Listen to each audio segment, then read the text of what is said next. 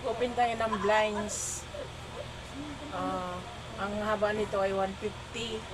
Ang haba niya 150, tapos ang lapad niya ay 160.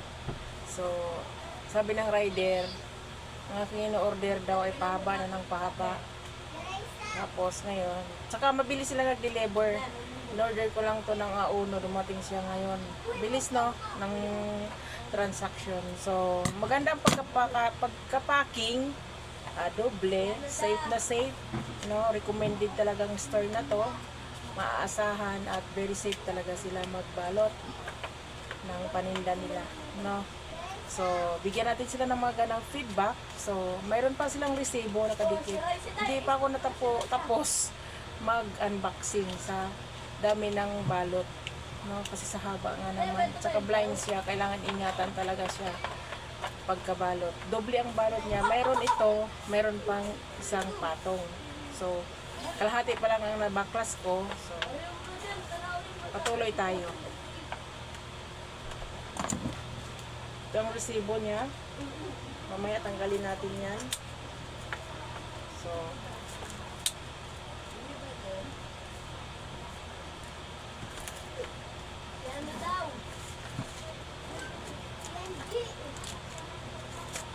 kasi itong bintana namin ay nababasa yung mga pagkain pag nagluluto sa ulan. Kaya napa-order ako ng blinds. Yun lang ang naisip ko. May na-order nga ako dati yung sunshade. So, kinapos. So, useless pa rin. Kaya naghanap ako ng pwede pa.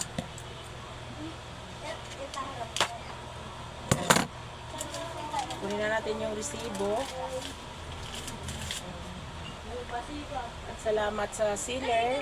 Safe na safe ang iyong parcel dumating. At ito yung resibo. So, nagresibo siya ng 854.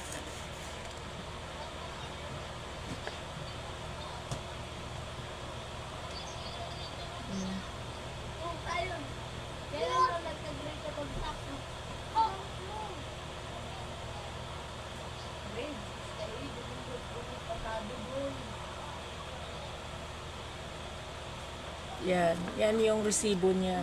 So, very responsive na seller. Very good. Very recommended din siya. Saka, magandang pagka-packing. Safe na safe. Kahit hindi ko pa siya nabuksan, sa tingin ko safe na siya. Wala rin siyang basag sa mga niya dito, sa mga takip. Ang blinds ay nasa loob dito. Yan. Hihilahin to. Pag sara, open, sara, open. So, kung nakakita na kayo ng blinds na medyo maliit, yun, ganun din to.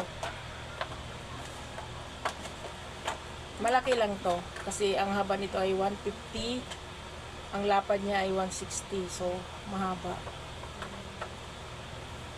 So, at yun lang. Ibubuka ko na mamaya kasi nga, dami ko pang gagawin.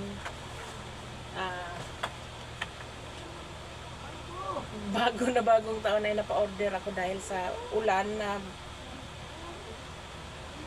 gumaganon yung ulan dahil sa mga bubong na may mataas, may mababa. Pag nabagsak dun sa bubong namin, titilamsik yung mga ulan.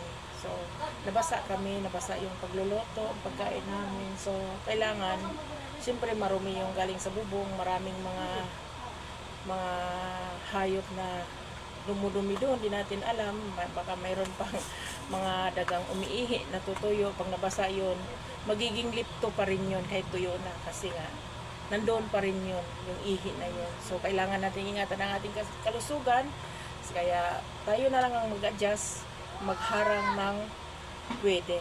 At yun lang, at maraming salamat sa seller. Very recommended ang seller na to.